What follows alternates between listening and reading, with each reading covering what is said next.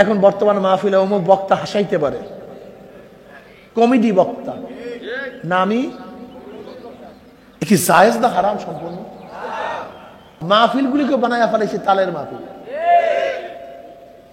মাহফিলগুলি তো নফসের খোরাক পাই। আল্লাহ আমাদেরকে মাফ করে দেন। নামাজের মধ্যে স্মরণ নাই, মাওলার জিকির নাই, খেয়াল নাই, ধ্যান নাই।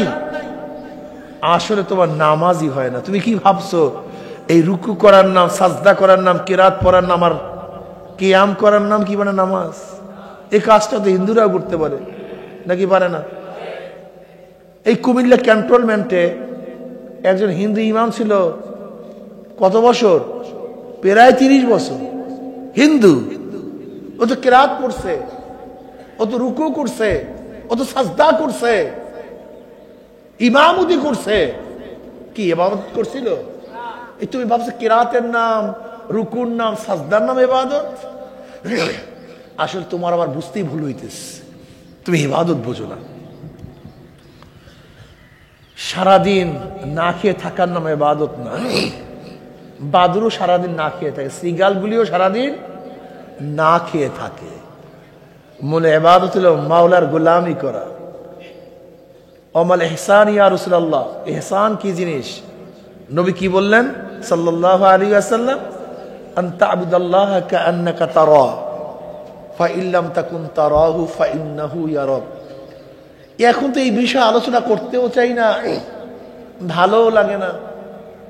বরং এই সমস্ত আলোচনা যদি কোনো জায়গায় হয় সেখানে যাইতেও চাই না।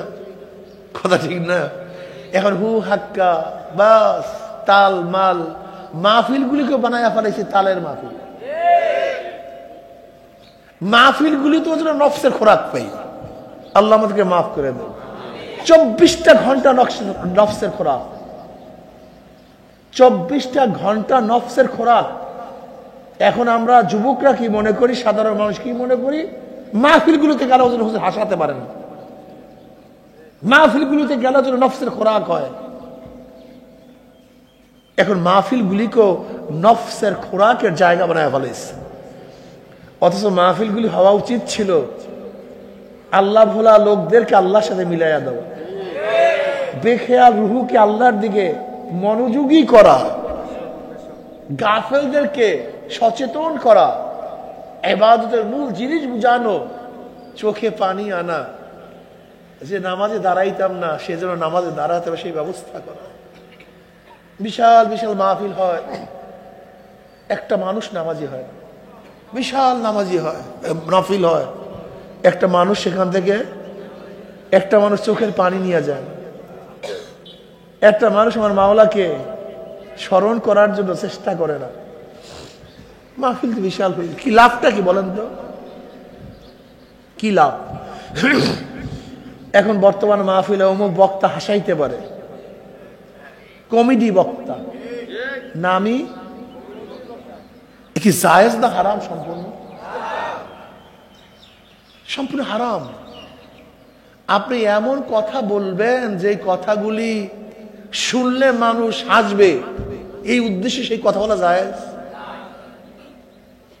কি যে অবস্থা চলছে, কি যে চলতেছে আমাদের অবস্থা।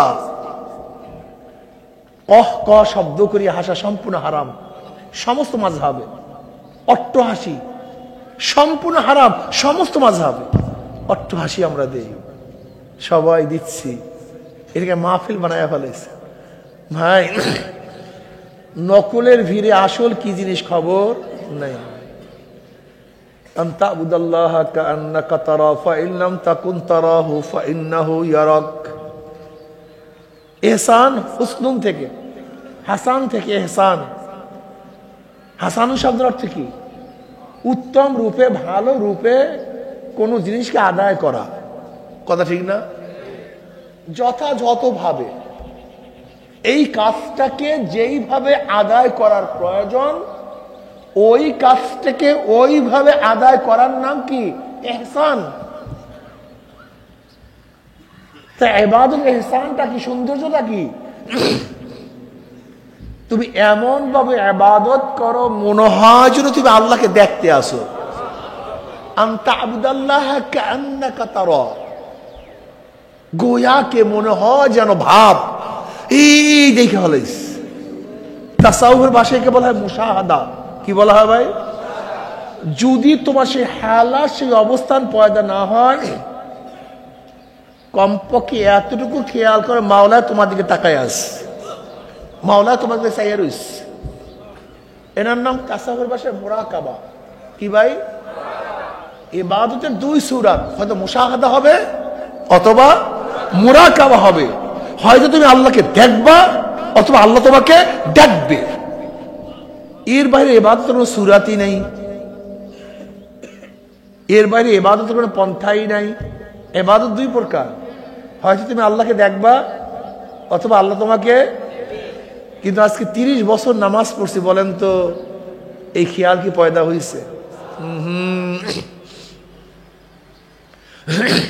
এই খেয়াল পয়দা হয়নি, হচ্ছে না। এই খেয়াল পয়দার জন্য চেষ্টাও করি না।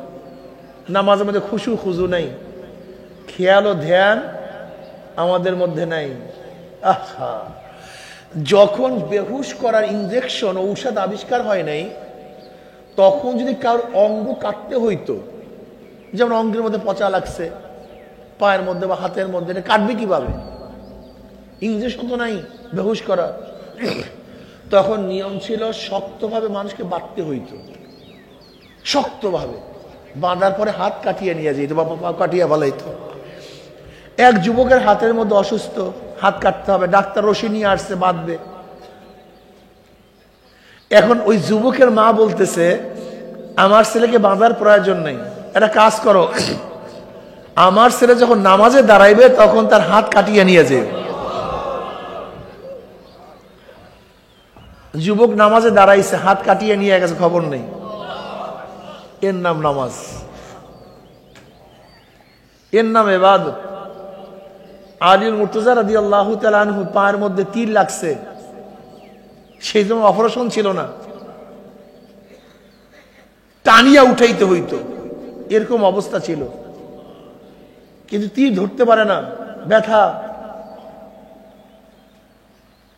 নবী আলাইহিস সালাতু ওয়াস সালাম বললেন এখন চিল্লাচিল্লির দরকার নাই, কামড়া কামড়ির দরকার নাই, চেষ্টা সাধনার দরকার নাই। আলী যখন নামাজে দাঁড়ায় যায় তখন তীর উঠাইয়া ফেলাইও। নামাজে দাঁড়াইছে, তাঁত দিয়া কামড়ায় তীর উঠাইয়া ফেলাইছে, খবর নাই। ইমাম বুখারী রাহমাতুল্লাহ নামাজে দাঁড়াইছেন, নামাজের শেষে বলতেছে দেখো তো আমার পিঠের মধ্যে কি, দেখো তো।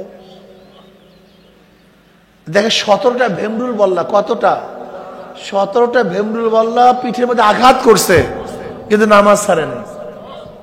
কি বুঝলেন? তুমি কি নামাজ পড়ি, কি ইবাদত করি?